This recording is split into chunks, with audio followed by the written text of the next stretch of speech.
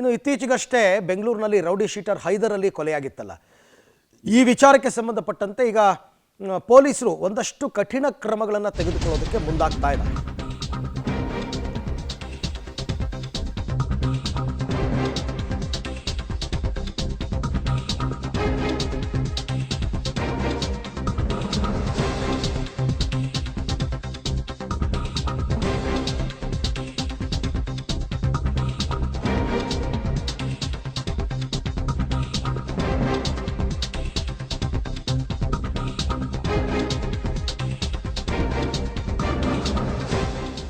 Rowdy sheeter Hyder Ali ಕೊಲೆ ಪ್ರಕರಣ ನಾಜ್ ಸೇರಿದಂತೆ ಎಲ್ಲ ಆರೋಪಿಗಳ ಮೇಲೆ ಕೋಕಾ ಕಾಯ್ದೆ ಹಾಕೋದಕ್ಕೆ ಈಗ ತಯಾರಿಯನ್ನು ಮಾಡಿಕೊಂಡಿದ್ದಾರಂತೆ.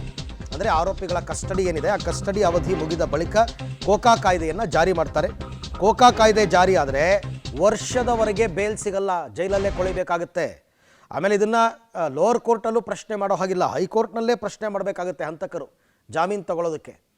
ಹಾಗಾಗಿ ಒಂದಷ್ಟು ಬಿಸಿ ಮುಟ್ಟಿಸ್ಬೇಕು ಅನ್ನೋ ಕಾರಣಕ್ಕೋಸ್ಕರನೇ ಪೊಲೀಸರು ಈ ರೀತಿ ಕೋಕಾ ಕಾಯ್ದೆಯನ್ನು ಜಾರಿ ಮಾಡೋದಕ್ಕೆ ತಯಾರಾಗಿದ್ದಾರೆ. ಯಾಕೆಂದರೆ ಇದು ಒಂದು ಕ್ರಿಮಿನಲ್ ಅಫೆನ್ಸಲ್ಲಿ ಇವರು ಭಾಗಿಯಾಗಿದ್ದಾರೆ ಅಂತಲ್ಲ, ಹಲವಾರು ಕ್ರಿಮಿನಲ್ ಅಫೆನ್ಸ್ಗಳಲ್ಲಿ ಭಾಗಿಯಾಗಿದ್ದಾರೆ. ಸೊ ಇಂಥವ್ರಿಗೆ ಬಿಸಿ ಮುಟ್ಟಿಸ್ಬೇಕು ಅಂತಂದರೆ ಕೋಕಾ ಕಾಯ್ದೆನೇ ಸರಿಯಾದಂತಹ ಒಂದು ಕೆಲಸ. ಅದಕ್ಕೋಸ್ಕರ ಈಗ ಕೋಕಾ ಕಾಯ್ದೆ ಜಾರಿ ಮಾಡೋದಕ್ಕೆ ಮುಂದಾಗಿದ್ದಾರೆ. 1 ವರ್ಷದ ತನಕ ಜೈಲಿನಲ್ಲೇ ಕೊಳೆಯಬೇಕಾಗುತ್ತೆ, ಹೈಕೋರ್ಟ್ಗೆ ಹೋಗಬೇಕಾಗುತ್ತೆ, ಹೈಕೋರ್ಟಿಂದ ಅವ್ರು ಬೇಲ್ ತಗೋಬೇಕಾಗುತ್ತೆ. ಸ್ವಲ್ಪ ಇವೆಲ್ಲವೂ ಕೂಡ ಬಿಸಿ ಮುಟ್ಟಬೇಕು, ಬೇರೆಯವ್ರಿಗೆ ಇವೆಲ್ಲ ಒಂದು ಪಾಠ ಆಗಬೇಕು ಅನ್ನೋ ಕಾರಣಕ್ಕೆ ಈ ತೀರ್ಮಾನಕ್ಕೆ ಪೊಲೀಸರು ಬಂದಿದ್ದಾರೆ. ಈ ಬಗ್ಗೆ ಮತ್ತಷ್ಟು ಮಾಹಿತಿ ನನ್ನ ಕೊಲೀಗ ನರಸಿಂಹಮೂರ್ತಿ ಅವರಿಂದ ಪಡಿತಾ ಹೋಗೋಣ. ಮೂರ್ತಿ, ಈಗ ಈ ಹೈದರ್ ಅಲಿ ಕೊಲೆ ಪ್ರಕರಣದಲ್ಲಿ ಬಂಧಿತರ ವಿರುದ್ಧ ಕೋಕಾ ಕಾಯ್ದೆ ಹಾಕೋದಕ್ಕೆ ಮುಂದಾಗಿರ್ತಕ್ಕಂಥದ್ದು ಯಾವ ಕಾರಣಕ್ಕೆ, ಮತ್ತೆ ಇದರ ಪರಿಣಾಮ ಏನು ಅಂತ?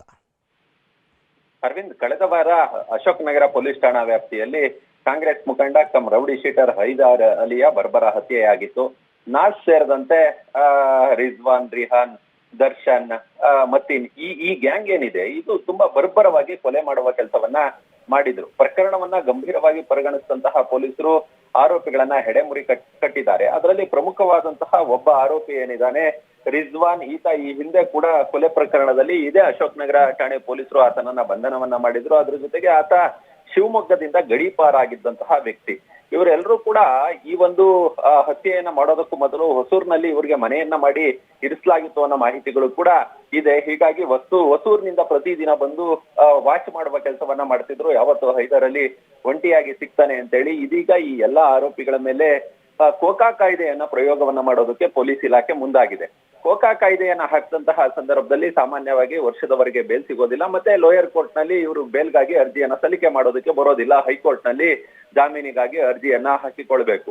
ಇವರ ಪೊಲೀಸ್ ಕಸ್ಟಡಿಯ ಅವಧಿ ಏನಿದೆ ಅದು ಮುಗಿದ ಸಂದರ್ಭದಲ್ಲಿ ಚಾರ್ಜ್ ಶೀಟ್ ಅನ್ನ ಸಲ್ಲಿಕೆ ಮಾಡದಂತಹ ಬಳಿಕ ಕೋಕಾ ಕಾಯ್ದೆ ಅಸ್ತ್ರವನ್ನ ಪ್ರಯೋಗ ಮಾಡೋದಕ್ಕೆ ಮುಂದಾಗಿದ್ದಾರೆ. ಸಾಮಾನ್ಯವಾಗಿ ಈ ರೀತಿಯಾದಂತಹ ಕೊಲೆ ಪ್ರಕರಣಗಳಲ್ಲಿ ಚಾರ್ಜ್ ಶೀಟ್ಗೂ ಮೊದಲು ಜಾಮೀನು ಸಿಗೋದಿಲ್ಲ. ಹೀಗಾಗಿ ಚಾರ್ಜ್ ಶೀಟ್ ನ ಬಳಿಕ ಕೋಕಾ ಕಾಯ್ದೆಯನ್ನ ಕೂಡ ಪ್ರಯೋಗ ಮಾಡಬೇಕು ಅನ್ನೋ ನಿಟ್ಟಿನಲ್ಲಿ ಪೊಲೀಸ್ ಇಲಾಖೆ ಗಂಭೀರವಾಗಿ ಕಾರ್ಯಪ್ರವೃತ್ತರಾಗಿದ್ದಾರೆ.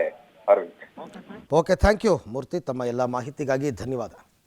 ಸೊ ಈಗ ಹೇಳಿದ್ನಲ್ಲ, ಈ ಥರ ಕ್ರಿಮಿನಲ್ ಆ್ಯಕ್ಟಿವಿಟೀಸ್ಗಳನ್ನ ತಡೆಗಟ್ಟಬೇಕು ಅಂದರೆ ಒಂದಷ್ಟು ಕಠಿಣ ಕ್ರಮಗಳನ್ನ ತಗೊಳ್ಳೇಬೇಕು. ಹಾಗಾಗಿ ಈಗ ಪೊಲೀಸರು ಆ ನಿರ್ಧಾರಕ್ಕೆ ಬಂದಿದ್ದಾರೆ.